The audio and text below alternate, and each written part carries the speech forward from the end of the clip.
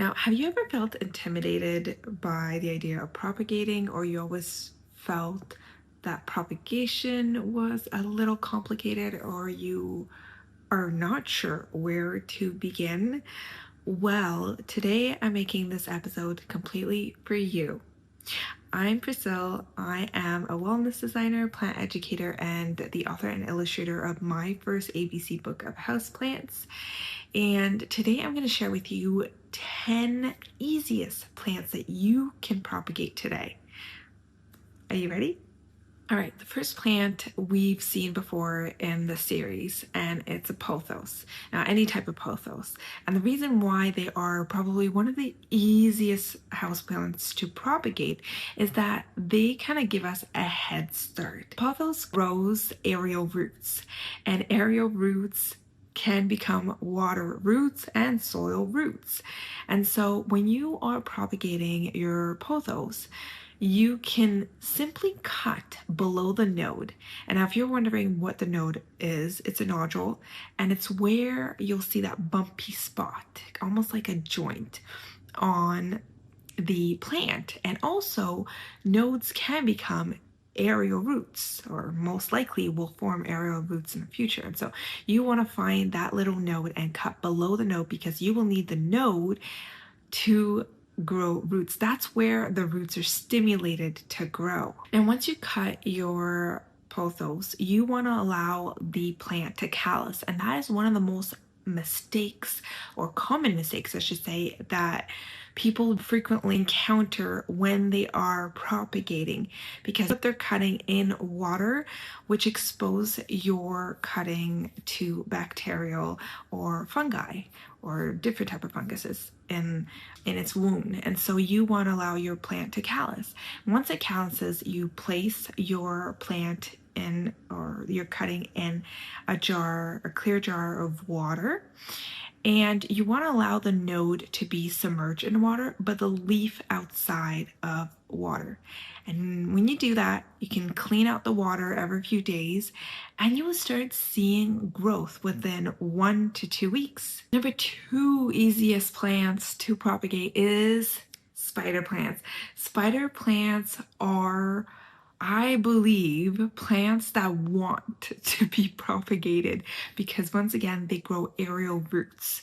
And so they shoot out these pups, and these pups already have aerial roots. And so it gives you a kickstart where you can simply plant directly in soil, or you can propagate in water and allow those roots to grow. Now, because you're not really cutting off anywhere near the stem or the tip, you don't even need to allow the plant to callus. You can just snip the top and then place it in a jar of water, and you'll start seeing those roots sooner or later. Number 3 plant that you can easily propagate is your Tradescantia. And that is such a dramatic, beautiful plant, but you only have to cut it at the tip. And so once you cut it, again, the tip, when I'm saying the tip, it's where the node is, it's where the joint is and where you'll see the node.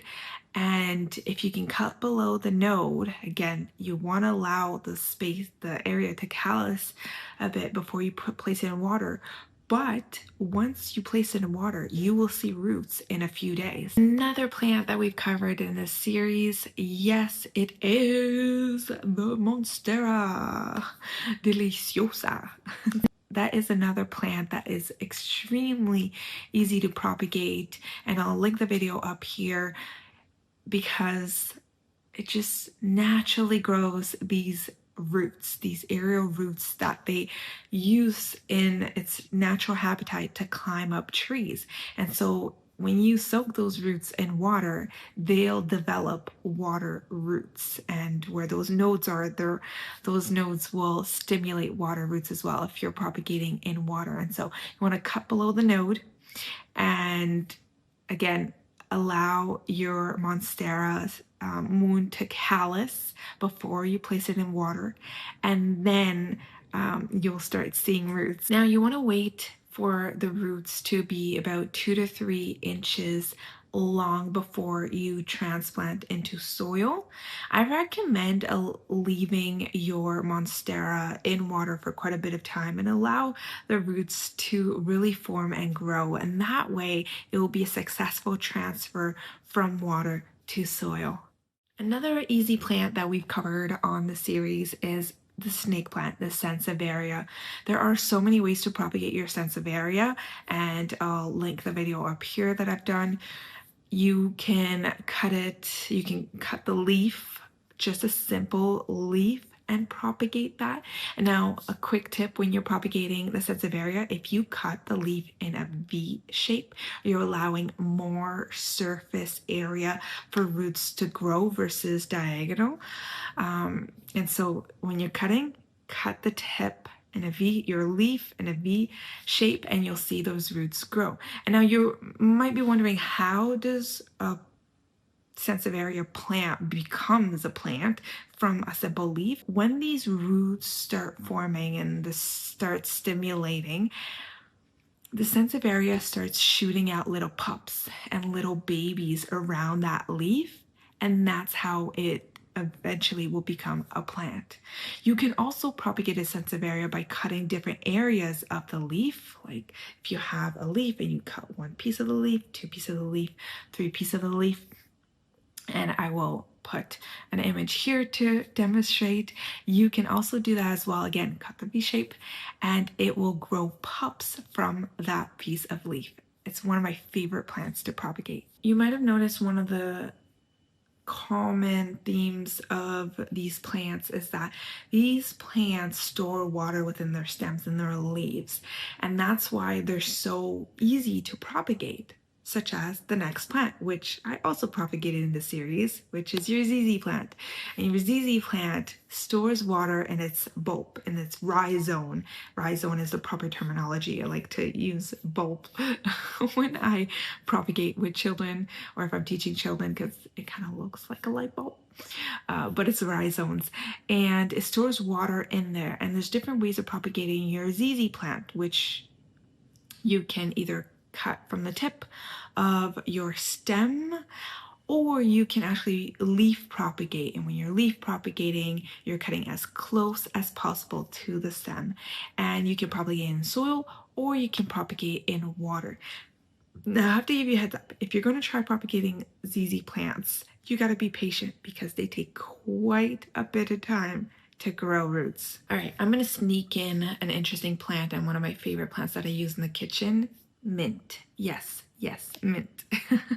You can propagate mint, and it's one of the easiest herbs to propagate because you can simply propagate it in water. Now, when you are cutting from the stem, you want to remove as many leaves as possible if you're propagating water, because you want the energy of that plant to go into growing roots versus maintaining all the leaves. So leaves, just leave 2 or 3 leaves on your mint stem, and you should start seeing roots in about 2 to 3 weeks. Now, philodendrons are simply like pothos. They are very easy to propagate. Again, look for that node, cut below the node, and they're very forgiving plants. They're very resilient, and so they do very well once they've built established roots in the water to transition from water to soil. Some plants might actually wilt and stress during that transition, but philodendrons are one of the plants that transfer very easily and propagates very easily. All right, we're reaching to the end. Another plant that I've included also in the series that's easy to propagate is your kalanchoe. The kalanchoe, because it's another plant that grows aerial roots, and mine had grown aerial roots, which I'll link the video here and you'll be able to see, but they're white little roots, and it makes it extremely easy because you don't even have to propagate in water. You can snip away and place it back in soil, and it will continue to grow into a bushier plant. All right, and this plant, watch me pop this without having a table, but One thing that I do with my plants when I bring home from the store or a greenhouse and I'm not very convinced that their soil or the soil that was used is the best, I'll remove all the soil, wash out the plant completely to make sure that there is no pest. And I had to do that with my kalanchoe, one of the kalanchoes I brought home, and I cleared out the soil completely. And so I'm gonna pot this in one of my favorite very plant soilless mix. And why soilless? Actually, it reduces pests, I find. In a little self-watering container with Very Plants soil mix. And this is, if you haven't guessed it, it's a Chinese evergreen. And Chinese evergreen have a sturdy body, I would say, sturdy base system. And when you're propagating them, you're not going to see this so much with my baby one. Oh, you might actually a little bit. Let me clear this up here. Now over here, oh, I don't know if you'll be able to see over here, there are some nodes. They're almost like joints. And those joints are areas that you can propagate. So cut below the node because you need the node for the roots to grow. Now this little guy has been out of water and soil for quite a bit of time. So I'm gonna have to water, give this beauty some love. And that was number 10. 10 easiest plants that you can propagate from home. You can propagate right now. You can propagate tomorrow. 10 easiest plant to start with if you're starting your propagating journey. Now, one of the reasons why these plants are so easy to propagate is one, they have obvious nodes, two, they produce aerial roots, and three, they naturally want to expand. And that's what makes them so easy to propagate. Now, if you found this video or this series encouraging, I want to continue to inspire you to propagate right at home. And that is the whole idea of the 100 Days of Propagation series. And not only propagate by yourself, propagate and give that baby plant to a friend, a colleague, a loved one. Propagate with your children. Allow your children to see the roots grow. And so happy propagating.